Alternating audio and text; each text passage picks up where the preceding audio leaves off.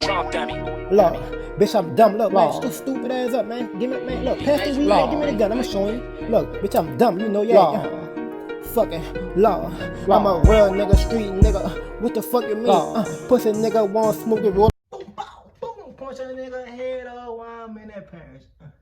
They say spit up, boy, you ain't in that parish. Bitch, I'm in Louisiana, nigga. If I shoot you with that, stop fucking playing. You better walk up to the Baton Rouge factor, man. Part 4. You hear me? And man, y'all like kind of slide. I know y'all been waiting on this video to come. You hear me? And shout out to all my real supporters that really been waiting on this bitch. You hear me? Cause this bitch gonna be pressure. It's that simple. You hear me? We ain't playing no games. You hear me? But y'all like, comment, subscribe. You hear me? We just gonna rock out on this bitch. You hear me? Everybody tune in. It's that simple. Real spit game shit. On that bitch. That's all that.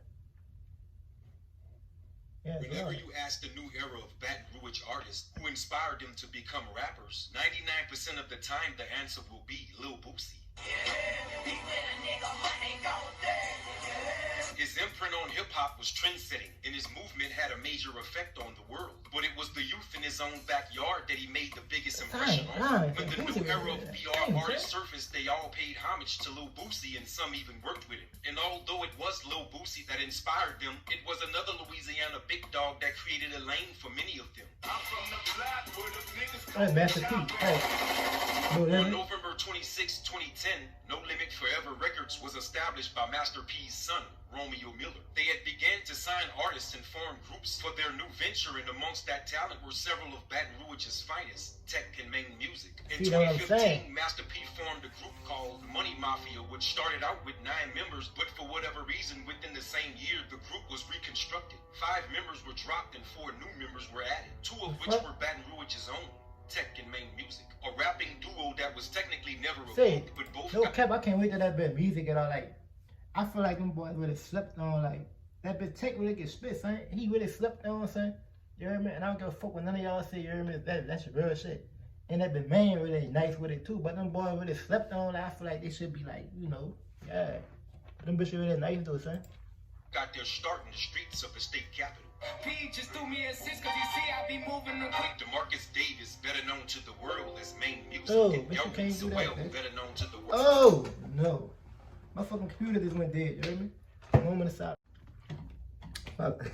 My bad, y'all. My computer went dead, you hear me? Everybody run that bit through.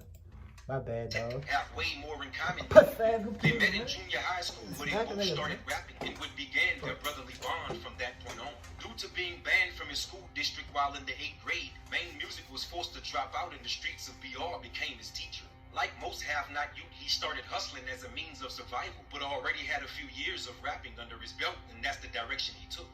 Shooting dice and hustling weed was his poison, but rap was his calling, and after spending 2 years in jail for robbing the dice game, he came home to fulfill his career. My dude lost the dice game, my dude robbed that bitch. My dude real savage. Oh, God. And through his day one partner, he like, man, give me that, man. I want all my money here. Tech had already had a prior relationship with Master P and was already on the roster before Maine Music would join. Tech's background didn't escape the harsh realities of ghetto living and was also caught up in a robbery that landed him 2 years in jail as well. Both artists had suffered the same fate, but were a part of something much bigger than themselves, a new era of Baton Rouge hip-hop movement. After their departure from No Limit Forever, the duo combined their talents and experiences, and together they formed their own, the Spider Gang. With social media as their platform, they stood on it as Baton Rouge's elite rappers, and it wasn't just from their hustle, they could really rap. That's what I'm saying, them bitches really can rap, huh? Niggas trying to pin me in a gray coat. On the interstate, strapped down, couldn't shoot. I guess the shit was true. When you slipping, that shit was meant for you. But I ain't finna get into no drama. Hey, son. I wanna know what music gonna do when you get out and a bitch ass ad coming on. My computer go dead, then a stupid ass ad come on, son. Real talk, that should be blowing me, son. But I wonder what he gonna do, like when he really. I wonder if he really gonna that bitch. I knew he been writing while he in that bitch though. Like real talk, I knew he been cutting up on the right, bro. Stupid ass ad, man. Shit fucking blowing the nigga. Then they got 2 ads, bro. 2 ads, bro.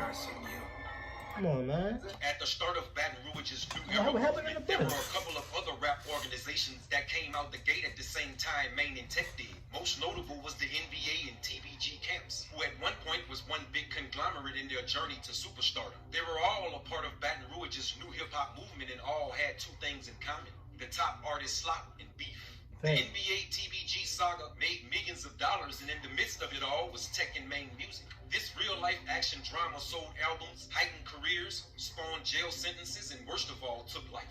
Baton Rouge the murder capital, man. Everybody needs to straighten up right now. Ain't nobody fucking with Baton Rouge rappers, period. We'll go up against anybody. When they first got started, each movement did well. Boosie said that.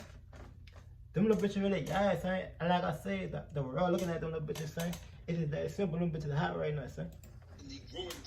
And I was in BRI party of blue, bitch, and I ain't even no fucking rapper. By 2016, the Never Broke Again movement had been stamped and approved as Baton Rouge's newest rap representatives to the world. But the bigger the success got, the bigger the beef grew. TBG, NBA, the Spider Gang, and Scotty Kane were all in a circle of beef that ended in its first chapter with the loss of the real G Money. Each camp was questioned about the murder, but when the smoke cleared, no one was held accountable and they were all released as suspects. Man, niggas about to get the fuck out my DM talking about I'm next and all that shit. I fuck with that bitch Scotty. I ain't worried about none of that shit. On May 26, 2018, G Money's best friend, Fredo Bang, was released from prison and was faced with a major loss as well as a promising career. Many chapters had closed since then, and each artist who were a part of the Baton Rouge feud is now facing life on their own terms. When NBA Youngboy went to jail, the game lost its excitement. What we were viewing as entertainment were his real-life experiences, and no matter how crazy it got, the world wanted more. Constant beef, trouble with the law, and consistently having to protect his brand finally took its toll, and Youngboy was back in court facing a 10-year sentence once again. In the end, he was sentenced to 90 days in jail and 14 months of house arrest. He was released from his 90 days in the same fashion as before, a smooth welcoming back into the game. Minutes after his release, he was embraced by loved ones and was already shooting the video to the first single release of his return. That shit crazy. Nigga had the cameras out already. Waiting on that guy. Due to his consistent hustle and strategic movements, the name Fredo Bang have expanded greatly and is one step away from becoming a household name. Fredo's success is partially due to beef, and just a few weeks ago, he went online and critiqued the sequel to Master P's classic movie. I feel like, yeah, man, Fredo supposed to be way bigger than he is, but I feel like he blackballed on some shit too, cause he supposed to be way bigger. Like Youngboy got some fire music, you know what I mean? But Fredo got some fire music too. His shit don't be garbage, but his shit supposed to be bigger than what he is, you know what I mean? But if he keep grinding, you know what I mean, he don't get killed, you know what I mean? He keep moving how he move, he gonna blow, you know what I mean? There's nowhere around that shit, he gonna blow. He gonna really he's that, you know, yeah. He voiced his honest opinion about part 2, which got the attention of Master P, but it didn't have the momentum to carry on. The first shit was good, and I know you had a lower budget than that, you understand me? So don't make all them excuses talking about this black home, we owning them movies and all that pussy ass shit. That shit garbage. Master P has set levels in the music biz that reconstructed the internal game, and whether the Bang Man knew it or not, he does have the power to make it difficult for rising artists. But with the lack of attention to the subject, it's no longer relevant in social media. Hey, I might just pass through the ice block and I heard the chord. One of the most interesting stories of all has got to be Maine Music's. With all the talent and hustle he possessed, he began to rise rapidly in the ranks. I be getting this shit, man. Come on, man. Had to lay in it. I just can't. Fuck, I be hating it. I be really getting in this shit, bro. You watch what the hell you want to watch. I watch what I want to watch. Turn the channel one more. Fuck, man. It's done on untraceable gun. It's been up since I got it. I'm back here and shit through the wind again. The enemy blind. Instead of becoming a household name in the industry, he became known for something more sinister. Maine and several others were in the same video with military-style guns while making threats to some very important people, which drew the attention of all types of law enforcement. If the threats didn't draw their attention, maybe it was the alleged stolen guns they decided to display in the video. I don't have to put hits on nobody, but I said some shit in my songs, and I know the enemy carried. Maine Music was later arrested on a routine traffic stop where police found a gun in his possession. He was arrested and placed in Baton Rouge Parish Prison, but after sitting for a few months, he was turned over to the feds where he's currently being held on other charges. He's been locked up for a year and a half now, but remains positive that he'll be coming home soon. Them out of Spider, go sit up in jail for me. The Spider Gang was formed by Tech and Maine Music after they were both released from No Limit Forever and has repped it for years with big-ass spider chains, tattoos, and an entire movement. But somewhere in early 2019, Young Thug and rap artist Gunna took the name as their own and began making moves. With Maine and the feds, Tech is what I'm saying. Like niggas be stealing niggas shit. You hear me? And it's like, is you an artist, right? And you were like a little, like you got big artists like a Young Thug or something like that, and a tech. You hear me? They can take this man's shit and make it like they made this shit because they're a bigger artist, they got a bigger name or something. That's fucked up. So you can't be doing that. And like a nigga come take my shit, you hear me? Bitch, I'm gonna smack you, bitch. You can't do that, bitch. Decided to call him Bitch, if you gonna take my shit, Believe that. I'm gonna show you what you know, we gotta this work something out, you ready to live and die about that. yeah. I don't blame that man. If you ain't gonna do it, first of all. Industry versus independent once again. And unless you're that Thanks. big bank Goes takes to this no shit. bank every time. Goes to Tech this wasn't shit. backing down. Once again, with the lack of attention, the situation fizzled away. With an endless amount of fans and money, there's enough to go around for everybody. With good music and an avenue for people to listen and buy it, there's money to be made. But when you add beef to the mix, it can slow down It your fuck hustle. everything up, Them yeah. ass niggas try and die plain, you'll get chopped. Money my motivation, chasing it with my eyes open. When you think about it, the Baton Rouge effect is now a world effect, and although beef will die down, it's never squashed. There's almost no Baton Rouge rappers without beef, but there are those that's strictly about their paper. Thanks. Kevin Jerome, who goes by the stage name Kevin Gates, is also known as I'm Him, and Lugo Brasi is also from the gutters of BR, but altogether cut from a different cloth. Love it or hate it, Kevin Gates is one of the realest left in rap, and he's relative to every new wave BR artist who's somebody. He's Fredo Bang because you'll never really know what he's done in the streets. He's NBA Youngboy because he's loved and unpredictable. He's tech and Maine music because he's about that life, but most of all, he's him.